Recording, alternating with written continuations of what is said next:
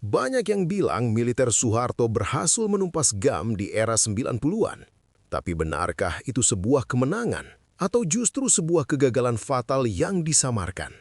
Selama status DOM, daerah operasi militer diberlakukan, Aceh berubah menjadi medan tempur tanpa garis depan. Saudara melawan saudara, dan garis antara kawan serta lawan menjadi kabur. Kita akan membahas bagaimana taktik gerilya GAM membuat TNI harus memutar otak hingga munculnya sosok-sosok jenderal kuat yang mengendalikan operasi dari Jakarta. Hari ini, kita tidak hanya bicara soal perang, tapi soal luka sejarah yang menolak untuk sembuh. Inilah fakta di balik penumpasan GAM yang jarang dibahas di buku sekolah. Ini adalah Orde Paling Baru. Kita akan bahas tuntas berbagai kisah dan peristiwa sejarah paling menarik yang pernah terjadi. Memahami sejarah adalah bekal berharga untuk menghadapi masa depan. Karena satu hal yang pasti, sejarah pasti akan terulang. Jangan lupa klik tombol subscribe dan nyalakan notifikasi agar Anda tidak ketinggalan video terbaru dari kami. Bersama belajar dari masa lalu untuk bekal masa depan yang lebih baik. Aceh adalah tanah yang tidak pernah benar-benar takluk oleh peluru. Sejarah mencatat bahwa kemerdekaan Indonesia banyak berhutang pada rakyat di ujung utara Sumatera ini. Namun, ironi besar muncul ketika kemerdekaan yang diperjuangkan justru melahirkan benih perpecahan yang sangat berdarah. Di bawah kekuasaan Orde Baru yang dikenal dengan stabilitas tangan besinya, Aceh berubah menjadi medan tempur yang sunyi namun mematikan. Kita akan menelusuri kembali sebuah garis waktu di mana Rencong kembali dicabut dari sarungnya, bukan untuk melawan penjajah asing, melainkan untuk menghadapi saudara sendiri dalam sebuah operasi militer yang mengubah wajah Indonesia selamanya. Aceh tidak pernah menjadi wilayah yang mudah diatur oleh pusat. Sejak awal kemerdekaan, ada rasa bangga yang besar sekaligus kekecewaan yang mendalam yang tumbuh di hati masyarakatnya. Mereka merasa telah memberikan segalanya untuk Republik, mulai dari pesawat pertama hingga dukungan moral yang tak terbatas. Namun, janji-janji tentang otonomi khusus dan penerapan syariat Islam perlahan menguap di bawah kebijakan Jakarta yang semakin sentralistik. Ketidakpuasan ini bukan sekedar soal politik, tapi soal harga diri sebuah bangsa yang merasa dikhianati oleh sistem yang mereka bantu bangun. Seiring berjalannya waktu, kesenjangan ekonomi mulai terlihat jelas di depan mata. Aceh adalah tanah yang diberkati dengan kekayaan alam luar biasa, namun rakyatnya merasa hanya menjadi penonton di rumah sendiri. Perusahaan-perusahaan raksasa mulai masuk untuk mengeruk gas alam dan kekayaan hutan, namun hasilnya lebih banyak mengalir ke kantong-kantong di Jakarta. Ketidakadilan ini menjadi narasi yang sangat kuat di kedai-kedai kopi dan pesantren-pesantren, menciptakan atmosfer yang sangat rentan terhadap hasutan pemberontakan. Di sisi lain, pemerintah pusat di bawah Soeharto memiliki visi yang berbeda tentang persatuan. Bagi Orde Baru, keragaman adalah potensi gangguan jika tidak diseragamkan di bawah satu komando. Setiap riak kecil yang menunjukkan keinginan untuk mandiri dianggap sebagai ancaman bagi integritas nasional. Pendekatan keamanan menjadi satu-satunya alat yang dipahami oleh pemerintah saat itu untuk meredam ketidakpuasan yang mulai meluas di Aceh. Ketegangan ini semakin diperparah dengan hilangnya tokoh-tokoh lokal yang karismatik dalam proses pengambilan keputusan. Jakarta lebih suka menempatkan orang-orang yang setia kepada pusat daripada mereka yang benar-benar memahami aspirasi rakyat Aceh. Hal ini menciptakan sekat yang tebal antara penguasa dan rakyat, di mana dialog digantikan oleh instruksi dan aspirasi digantikan oleh kepatuhan yang dipaksakan. Bara yang tersimpan di bawah tumpukan kekecewaan ini hanya memerlukan satu pemantik untuk meledak. Narasi tentang Aceh merdeka mulai dibisikkan dari mulut ke mulut, membangkitkan kembali semangat heroik masa lalu melawan kolonialisme. Namun kali ini, musuh yang diidentifikasi adalah sistem yang dianggap neokolonial di tanah sendiri. Inilah awal dari babak kelam yang akan menyeret Aceh ke dalam konflik panjang selama hampir 3 dekade. Pada tanggal 4 Desember 1976, sebuah sejarah baru tertulis di rimbunnya hutan Gunung Halimun. Hasan Ditiro, seorang pria dengan latar belakang intelektual dan keturunan bangsawan, secara resmi memproklamasikan berdirinya Aceh Sumatra National Liberation Front atau ASNLF. Dunia kemudian mengenalnya dengan nama Gerakan Aceh Merdeka atau GAM. Deklarasi ini bukan sekadar pernyataan politik, melainkan sebuah klaim kedaulatan yang menantang legitimasi Republik Indonesia di tanah Aceh secara total. Hasan Ditiro membawa narasi yang sangat provokatif dan menggugah memori kolektif masyarakat Aceh. Ia menyatakan bahwa penyerahan kedaulatan Aceh dari Belanda kepada Indonesia adalah sebuah cacat hukum internasional. Bagi Ditiro, Aceh seharusnya kembali menjadi negara berdaulat seperti pada masa kejayaan kesultanan di masa lalu. Argumen ini menyentuh sisi paling sensitif dari identitas masyarakat Aceh yang memang memiliki sejarah panjang sebagai bangsa yang merdeka.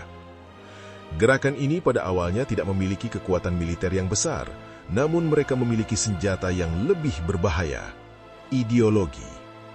GAM mulai merekrut pemuda-pemuda Aceh untuk bergabung dan menyebarkan pamflet serta pemikiran tentang kemandirian ekonomi dan politik. Mereka membangun struktur pemerintahan bayangan yang terorganisir, mulai dari tingkat pusat hingga ke desa-desa terpencil. Strategi ini membuat pengaruh GAM menyebar dengan cepat tanpa terdeteksi sepenuhnya oleh intelijen Jakarta pada masa-masa awal. Pemerintah Indonesia awalnya menganggap deklarasi ini sebagai lelucon atau sekedar tindakan kriminal sekelompok kecil orang. Namun mereka salah besar karena meremehkan daya tarik emosional dari janji kemerdekaan yang ditawarkan Ditiro. Bagi banyak pemuda yang merasa tidak punya masa depan di bawah sistem yang ada, bergabung dengan GAM adalah jalan untuk menjadi pahlawan bagi tanah air mereka sendiri. Inilah awal dari mobilisasi massa yang nantinya akan sangat sulit untuk diredam hanya dengan kekuatan senjata. Hasan Ditiro sendiri adalah sosok yang licin dan cerdas dalam melakukan propaganda internasional. Ia berhasil membungkus isu Aceh sebagai isu dekolonisasi yang belum selesai, menarik perhatian beberapa pihak di luar negeri. Meski pada akhirnya ia harus hidup dalam pengasingan, pesan yang ia tinggalkan di Gunung Halimun telah menjadi api yang terus menyala di hati para pengikutnya. Deklarasi itu telah mengubah Aceh dari wilayah yang tidak puas menjadi wilayah yang secara resmi menyatakan perang ideologi terhadap Jakarta. Ketenangan di Istana Negara mulai terganggu ketika laporan-laporan tentang aktivitas GAM mulai masuk ke meja kerja Presiden Soeharto. Awalnya, respon dari Jakarta masih tergolong terukur dan terbatas. Mereka menyebut kelompok ini sebagai Gerakan Pengacau Keamanan atau GPK, sebuah istilah yang sengaja diciptakan untuk mendegradasi status politik gerakan tersebut menjadi sekedar kriminalitas biasa. Namun, Jakarta segera menyadari bahwa ini bukan sekedar gangguan kecil dari para preman hutan. Fokus utama Jakarta adalah melindungi aset-aset vital negara, terutama proyek gas alam cair di Lok Sumawe. Kilang gas Arun adalah tambang emas bagi Orde Baru yang menyumbang persentase sangat besar bagi devisa negara. Serangan-serangan kecil yang mulai dilakukan oleh para kombatan GAM terhadap instalasi atau karyawan asing di sana dianggap sebagai ancaman terhadap stabilitas ekonomi nasional. Bagi Soeharto, mengganggu ekonomi adalah dosa besar yang harus dibayar mahal oleh pelakunya. Intelijen militer mulai dikerahkan lebih masif untuk memetakan kekuatan GAM di lapangan. Hasilnya mengejutkan, karena ternyata jaringan ini sudah merasuk jauh ke dalam sendi-sendi masyarakat. Jakarta merasa kecolongan karena gerakan ini mampu tumbuh subur di bawah hidung para pejabat daerah.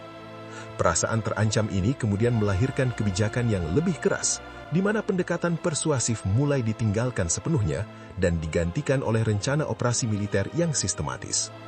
Secara politik, Soeharto menggunakan kekuasaannya untuk menekan setiap simpatisan GAM di berbagai level. Tidak ada ruang untuk diskusi atau kompromi mengenai kedaulatan. Setiap orang yang dianggap memiliki hubungan atau memberikan bantuan sekecil apapun kepada kelompok Ditiro akan berhadapan dengan hukum militer. Jakarta ingin menunjukkan bahwa mereka tidak akan segan-segan menggunakan kekuatan penuh untuk mempertahankan setiap jengkal wilayah Indonesia, terutama yang memiliki nilai strategis seperti Aceh. Provokasi dari pihak GAM melalui siaran radio gelap dan penyebaran selebaran semakin membuat Jakarta geram. Pemerintah pusat merasa tantangan ini sudah sangat menghina wibawa negara di mata internasional. Di balik layar, rencana untuk mengubah status Aceh menjadi wilayah operasi khusus mulai digodok.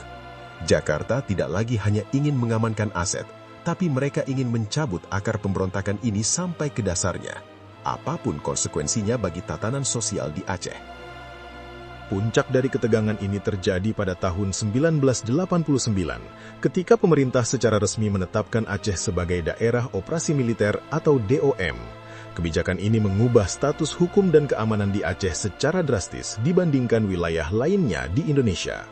Dengan diberlakukannya DOM, militer memegang kendali penuh atas segala aspek kehidupan masyarakat.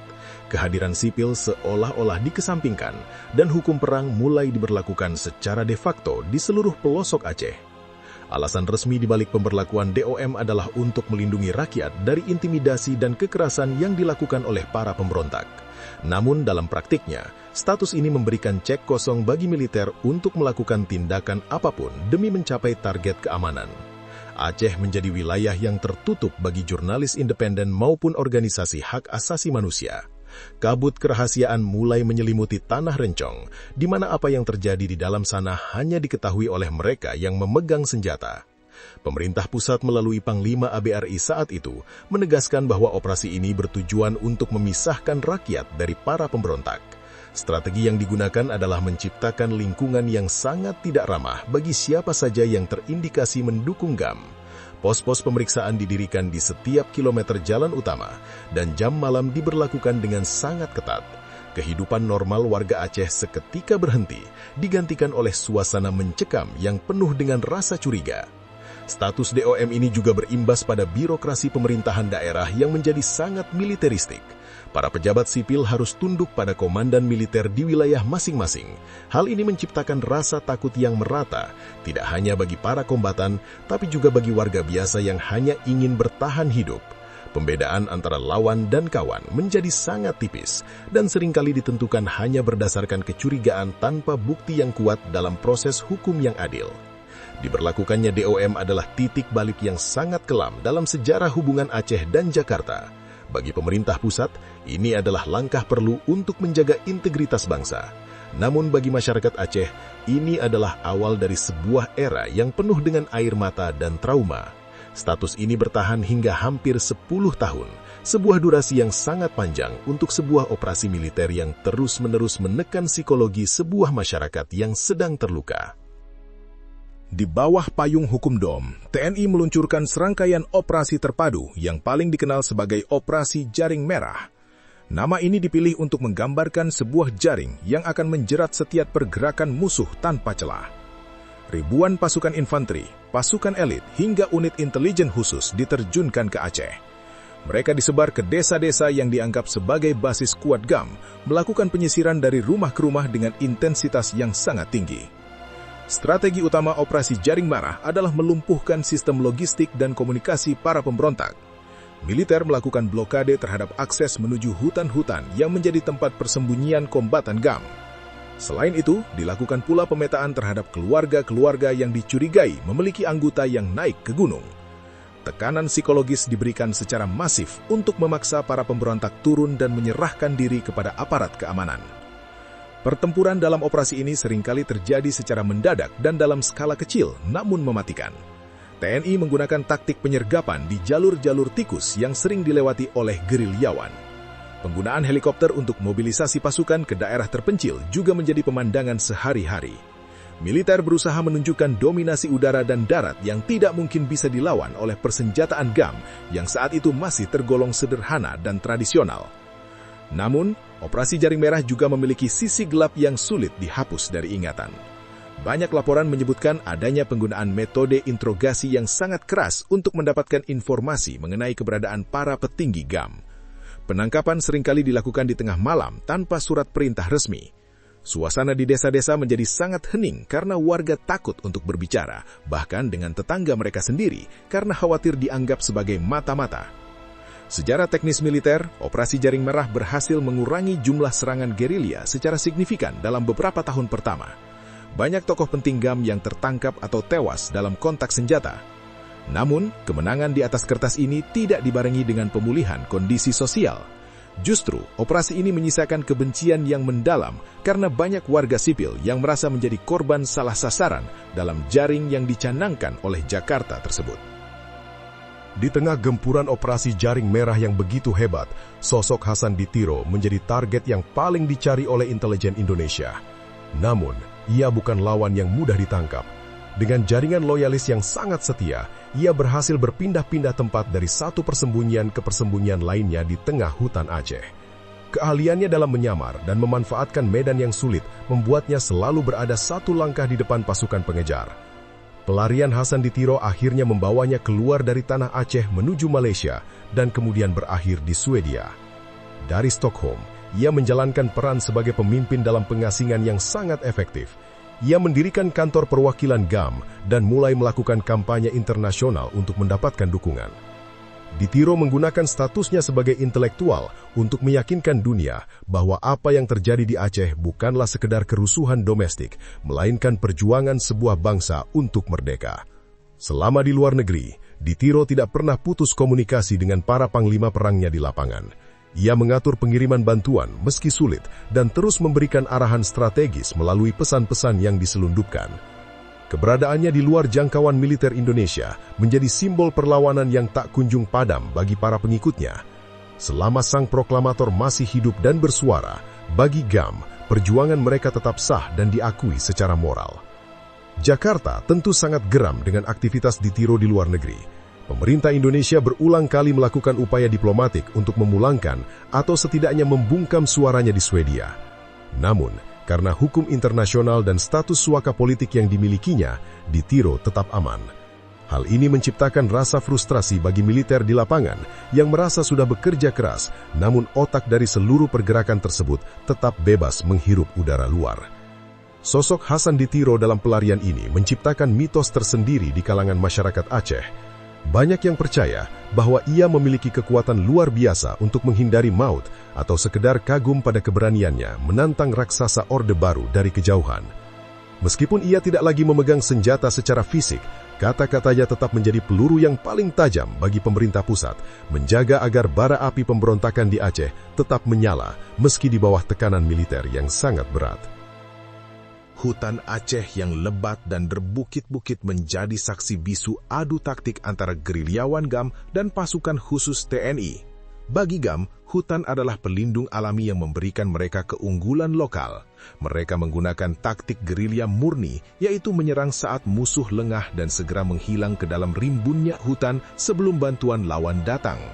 Mereka sangat menguasai jalur-jalur tersembunyi yang tidak terpetakan dalam peta militer konvensional. Para kombatan GAM seringkali menyamar sebagai petani biasa di siang hari dan menjadi prajurit di malam hari. Taktik ini sangat menyulitkan TNI untuk membedakan mana target yang sah dan mana warga sipil biasa. Akibatnya, militer sering terjebak dalam rasa frustasi yang berujung pada tindakan represif terhadap desa-desa yang dicurigai sebagai tempat persembunyian. Inilah yang dinamakan perang tanpa garis depan, di mana bahaya bisa muncul dari balik pohon manapun di sepanjang jalan. Di sisi lain, TNI mengandalkan unit-unit berkemampuan khusus yang dilatih untuk bertahan hidup dan bertempur di medan berat. Mereka melakukan operasi pengintaian jangka panjang di dalam hutan, seringkali selama berbulan-bulan tanpa kembali ke markas. Pasukan ini belajar untuk melacak jejak dan mendeteksi keberadaan kam-kam rahasia GAM. Pertempuran jarak dekat di tengah hutan sering terjadi dengan tingkat keberhasilan yang bergantung pada siapa yang lebih dahulu melihat lawannya di tengah kabut pegunungan. Selain pertempuran fisik, kedua belah pihak juga melakukan perang psikologis. TNI sering melakukan pameran kekuatan di pusat-pusat kota untuk meruntuhkan nyali para pemberontak. Sebaliknya, GAM melakukan sabotase terhadap simbol-simbol negara untuk menunjukkan bahwa militer tidak benar-benar menguasai keadaan. Perang ini bukan hanya soal siapa yang paling banyak membunuh, tapi soal siapa yang paling lama bisa bertahan dalam kondisi stres yang konstan di tengah hutan yang ganas. Keadaan ini menciptakan situasi jalan buntu selama bertahun-tahun. TNI memang berhasil menguasai kota-kota dan jalan utama, namun pedalaman dan pegunungan tetap menjadi wilayah abu-abu yang dikendalikan oleh para gerilyawan. Taktik perang hutan ini menguras energi dan sumber daya kedua belah pihak secara luar biasa.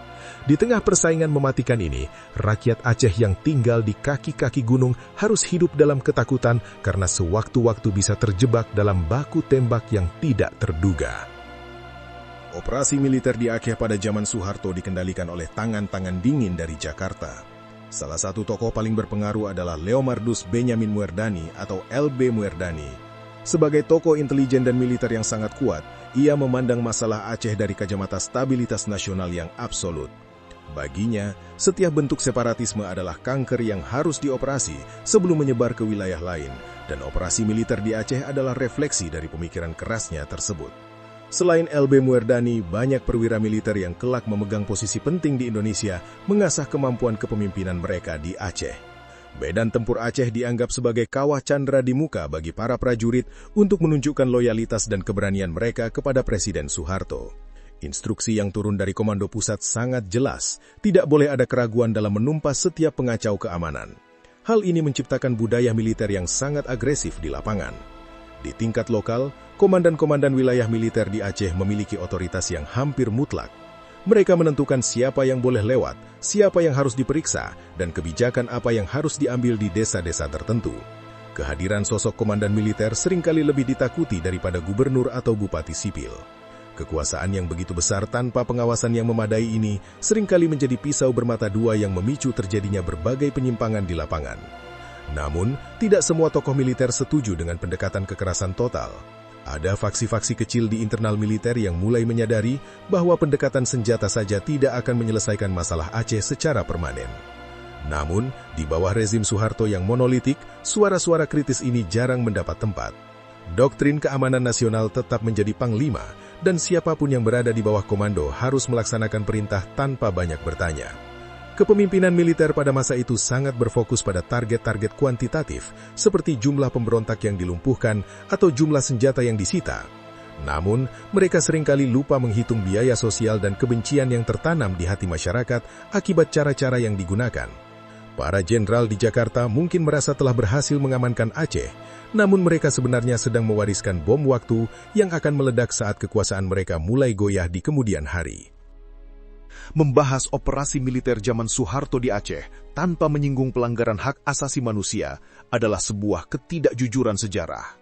Selama periode DOM, terjadi ribuan kasus yang meninggalkan luka permanen bagi warga Aceh. Banyak laporan dari lembaga independen mengungkapkan adanya kuburan massal yang tersembunyi di berbagai tempat. Kehilangan anggota keluarga secara tiba-tiba tanpa ada penjelasan dari pihak berwenang menjadi mimpi buruk yang menghantui ribuan rumah tangga di Aceh. Salah satu hal yang paling memilukan adalah penggunaan kekerasan fisik dan seksual sebagai alat untuk menekan mental masyarakat agar tidak membantu pemberontak. Trauma ini melahirkan generasi yang tumbuh dengan rasa takut sekaligus kebencian yang mendalam terhadap aparat keamanan. Bagi banyak orang Aceh pada masa itu, kehadiran seragam militer bukan lagi simbol perlindungan, melainkan simbol ancaman dan penderitaan. Nama-nama tempat seperti Rumoh Gedong menjadi saksi bisu dari kekejaman yang terjadi di balik dinding-dinding interogasi. Kondisi ekonomi rakyat kecil juga hancur lebur akibat operasi militer ini. Kebun-kebun warga tidak bisa dikelola karena banyak wilayah yang dinyatakan tertutup. Perdagangan antar desa terhenti karena banyaknya pos pemeriksaan yang sangat ketat dan intimidatif. Kemiskinan yang semakin parah di tengah melimpahnya hasil alam Aceh menciptakan paradoks yang sangat menyakitkan bagi warga setempat. Mereka merasa diperas secara ekonomi dan ditindas secara fisik oleh negara yang seharusnya melindungi mereka. Dunia internasional sebenarnya mulai mencium bau tidak sedap dari operasi ini. Namun karena kuatnya pengaruh diplomasi Soeharto, masalah Aceh jarang menjadi agenda utama di forum global. Pemerintah selalu berhasil membangun narasi bahwa apa yang terjadi adalah upaya penegakan hukum terhadap teroris domestik. Kerahasiaan yang dibangun di sekitar Aceh selama masa DOM benar-benar efektif dalam membungkam suara para korban agar tidak terdengar sampai keluar. Sisi gelap ini adalah harga yang sangat mahal dari sebuah stabilitas semu yang dibangun Orde Baru. Meski di permukaan Aceh tampak tenang dan terkendali, namun di bawah tanah, dendam dan kekecewaan justru mengkristal menjadi kekuatan yang jauh lebih solid. Apa yang dilakukan selama operasi militer ini pada akhirnya menjadi bahan bakar utama bagi kebangkitan kembali GAM dengan kekuatan yang jauh lebih dahsyat setelah Soeharto jatuh dari kekuasaannya. Segalanya mulai berubah ketika badai reformasi menghantam Jakarta pada Mei 1998. tumbangnya Soeharto setelah 32 tahun berkuasa membawa angin segar sekaligus ketidakpastian bagi nasib operasi militer di Aceh. Tekanan dari mahasiswa, aktivis HAM, dan masyarakat internasional memaksa pemerintah transisi untuk meninjau kembali kebijakan tangan besi di Aceh. Pada bulan Agustus 1998, Presiden B.J. Habibie membuat keputusan bersejarah dengan mencabut status daerah operasi militer di Aceh. Pencabutan DOM disambut dengan tangis haru sekaligus tuntutan keadilan yang luar biasa besar. Militer ditarik mundur secara bertahap dari desa-desa menuju markas besar mereka. Namun, penarikan ini meninggalkan ruang kosong yang segera diisi oleh kembalinya para kombatan GAM dari hutan. Luka lama yang belum sembuh akibat operasi militer selama bertahun-tahun membuat rakyat Aceh lebih memilih berpihak pada GAM dibandingkan mempercayai janji-janji baru dari Jakarta. Secara militer, operasi zaman Soeharto mungkin berhasil melemahkan struktur tempur GAM secara fisik. Namun secara politik dan ideologi, operasi tersebut adalah kegagalan total. Kekerasan yang terjadi justru memberikan legitimasi moral bagi perjuangan kemerdekaan Aceh di mata rakyatnya sendiri. GAM yang tadinya dianggap kelompok kecil berubah menjadi gerakan massa yang didukung oleh hampir seluruh lapisan masyarakat setelah melihat kenyataan pahit selama masa DOM. Hasil akhir dari periode ini adalah sebuah pelajaran pahit bagi bangsa Indonesia. Kita belajar bahwa integritas sebuah wilayah tidak bisa dipertahankan hanya dengan moncong senjata, tapi harus dengan keadilan dan kesejahteraan yang nyata. Operasi militer zaman Soeharto berakhir dengan menyisakan pekerjaan rumah yang sangat berat bagi pemerintahan selanjutnya untuk memenangkan kembali hati rakyat Aceh melalui jalur dialog dan perdamaian yang lebih bermartabat. Era Soeharto memang telah berakhir, namun jejak-jejak operasi Jaring Merah tetap hidup dalam memori kolektif masyarakat Aceh. Sejarah ini menjadi pengingat bagi kita semua bahwa dalam sebuah konflik bersaudara tidak pernah ada pemenang yang sejati. Yang ada hanyalah luka yang harus disembuhkan dan kesalahan yang tidak boleh diulangi lagi oleh generasi mendatang dalam menjaga keutuhan Republik ini. Sejarah Aceh adalah cermin besar bagi kita sebagai sebuah bangsa untuk melihat kembali bagaimana kebijakan kekuasaan bisa berdampak sangat dalam pada kehidupan manusia. Operasi militer zaman Soeharto mungkin telah berlalu, namun pelajarannya tentang kemanusiaan dan keadilan tetap relevan hingga hari ini. Menghargai sejarah bukan berarti membuka luka lama, melainkan memastikan agar masa depan kita tidak lagi dibangun di atas air mata saudara sendiri.